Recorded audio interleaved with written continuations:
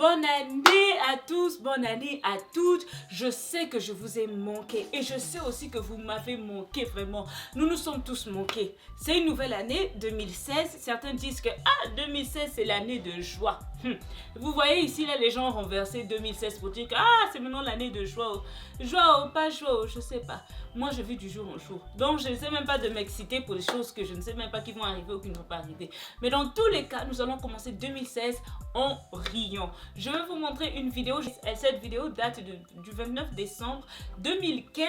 C'est lors de l'investiture de Roch Kaboré, le président burkinabé. Et je peux vous dire que dans la salle, il y avait des gens qui étaient vraiment ennuyés.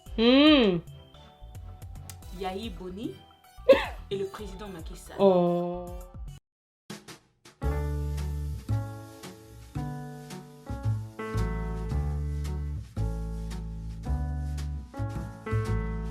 On est encore rentré tard alcoolisé. On a noyé nos vies dans des verres teintés de beurre bleu, de colère noire. Et l'on arrive à n'en plus pouvoir, les yeux mi-clos, les cheveux collés au front, comme toutes ces pensées qui nous collent au talon. Pourquoi ça fout le cafard et les jetons de rester dans le noir à compter les moutons?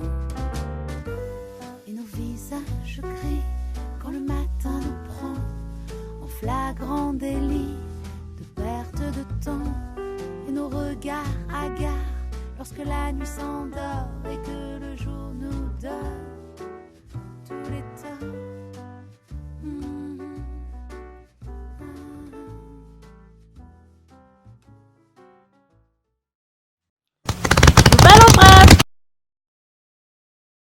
Seulement en Afrique. Il n'y a que les Africains pour commettre des atrocités comme ça. Vraiment.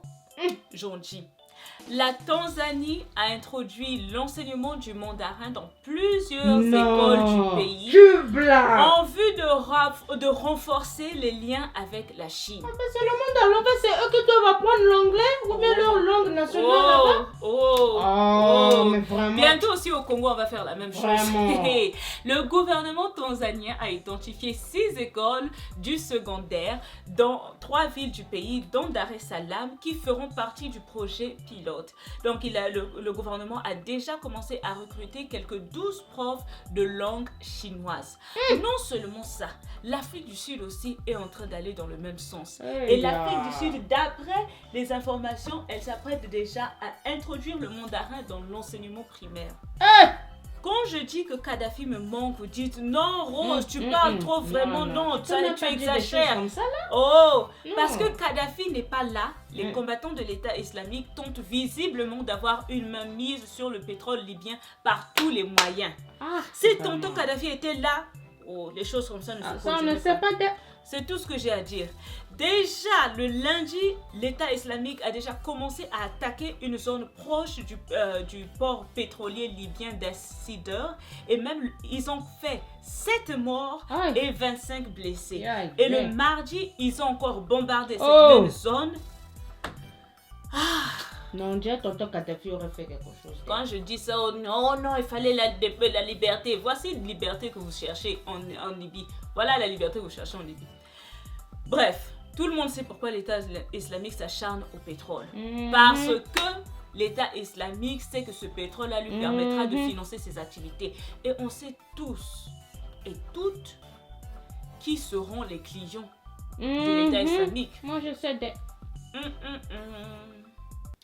Le corps de Steve Gowri, ex-international ivoirien et ancien joueur du championnat d'Allemagne, a été retrouvé malheureusement le jeudi dernier dans le Rhin, a annoncé le samedi 2 janvier la police allemande. Selon les résultats de l'autopsie, aucun signe de violence n'a été retrouvé sur son corps. Donc on ne sait toujours pas quelles sont les causes de la mort. Mais d'après ce qu'a dit, d'après le commentaire de son entraîneur, il a dit que nous sommes stupéfaits. Il y a beaucoup de spéculations, mais j'espère que ce n'est pas vrai, qu'il a des problèmes personnels et qu'il a abandonné ses responsabilités. Quand je vous dis que dans ce monde, il y aura toujours la discrimination des femmes, vous ne comprenez pas, vous dites que non, Rose, les choses ont changé, il y a maintenant égalité entre femmes et hommes, il n'y aura plus de... même jusque dans mon tombeau, il y aura discrimination. Discrimination. Nous les femmes, c'est Ève qui a fait ça, elle a tout gâté pour nous. La preuve, c'est qu'au Maroc, un propriétaire de snack à Salé, dans la région de Rabat, il a interdit aux femmes de s'asseoir dans son restaurant. Pourquoi? C'est pour éviter les situations inconfortables. Quel genre de situation inconfortable ça? Et déjà, ça a créé polémique. D'après les informations, on a dit ceci.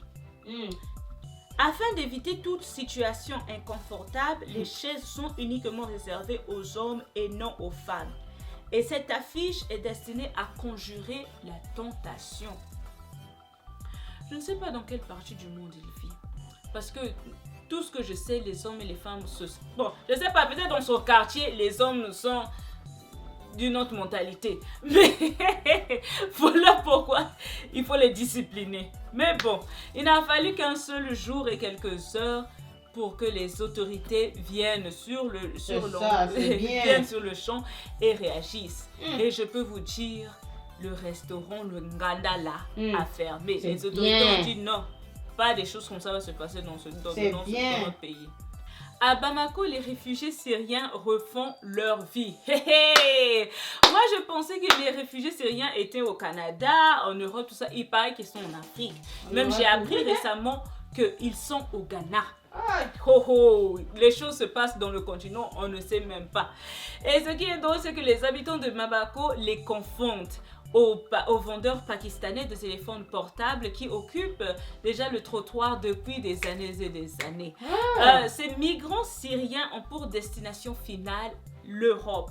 Donc, en ce moment-ci, comme ils ne savent pas encore, qu'est-ce qu'il faut faire, donc ils commencent déjà à former une communauté et on peut dire qu'ils sont déjà au nombre de 88, dont 24 d'entre eux ont déjà eu le statut réfugié. Et pourquoi le Mali? Parce que le Mali a une loi qui permet facilement aux gens, aux étrangers, de pouvoir recevoir ce statut de réfugié. L'un d'entre ces Syriens-là, réfugiés, il s'appelle Saïd Gakitan et il dit déjà que il a pris le goût de vivre à Bamako. Et il a dit que il aimerait devenir vendeur de téléphones et de petits appareils électroménagers. Eux, ils aiment ça. Ils aiment ça. Voici son commentaire. Ici, je me sens en sécurité, a-t-il dit. J'ai juste besoin d'un peu d'argent pour démarrer et m'installer au centre commercial. Et vous imaginez? Mais dans tous les cas, il y a déjà des Libanais aussi. Donc, c'est pas comme si ça va faire différent de voir un Syrien qui est en train de vendre au marché ou au centre commercial. Mais bon, au moins, Chaboula.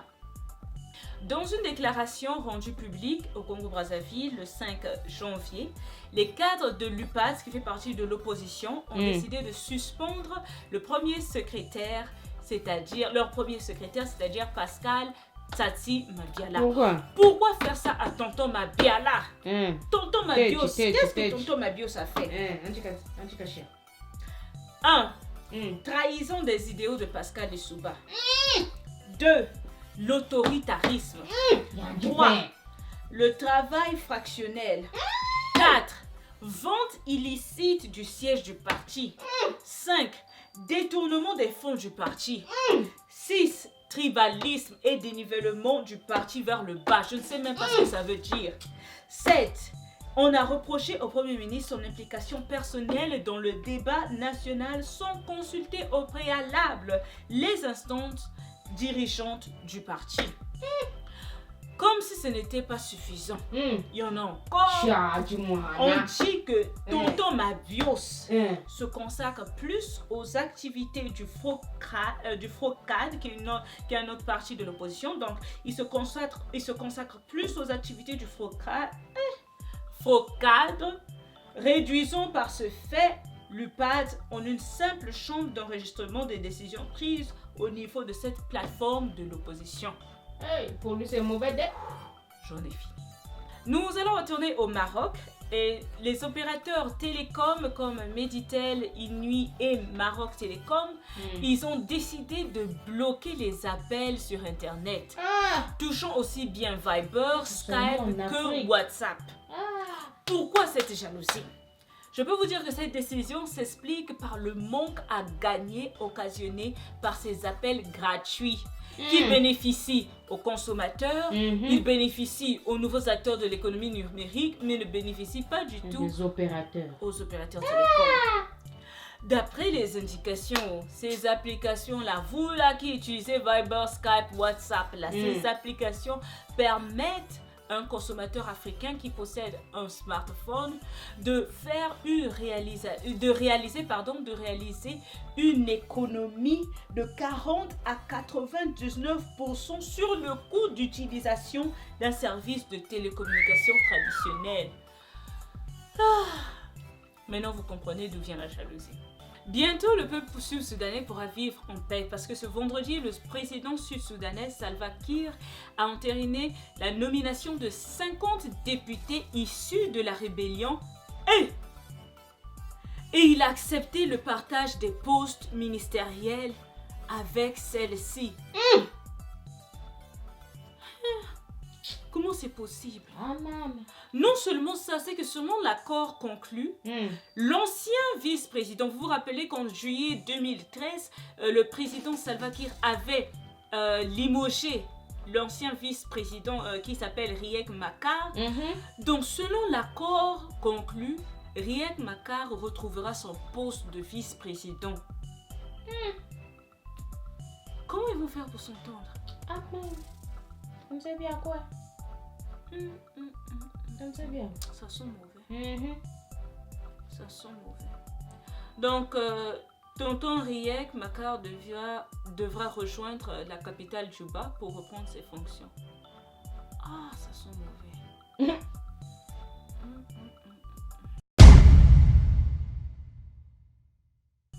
Ma chérie, quoi de neuf?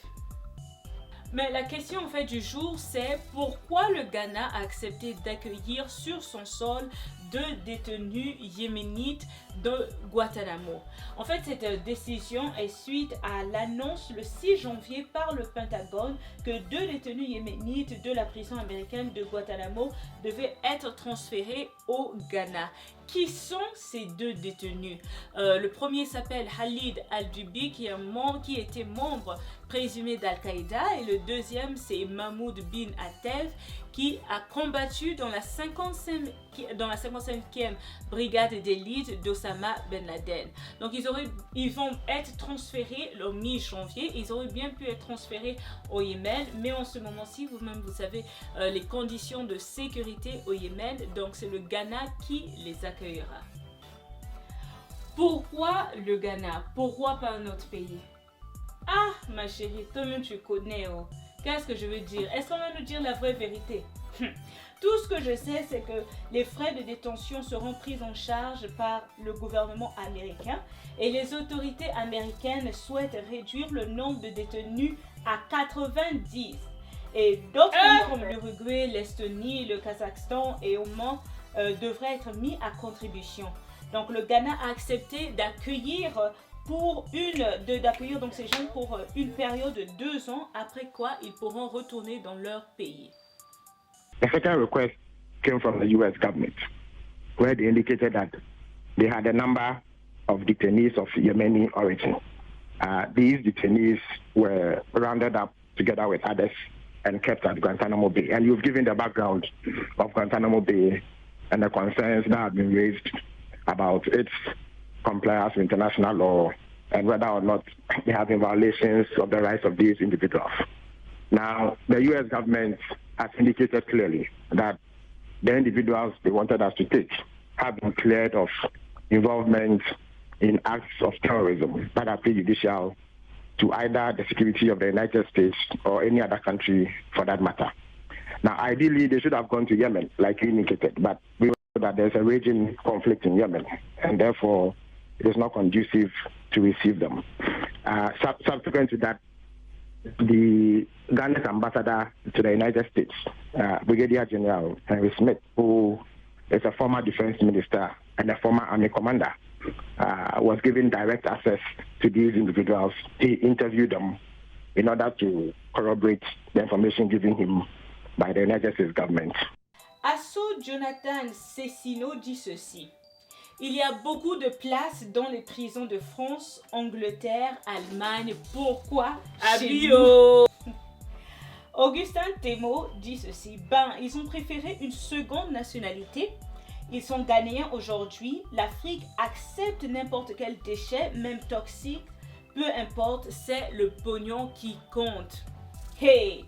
Serge Abron dit ceci. On se demande si ceux qui parlent ici de déchets, donc faisons référence aux commentaires précédents, ceux qui parlent de déchets accueillis par le Ghana ne sont pas justement ceux qui ont crié à l'injustice à propos de Guantanamo. Très bon.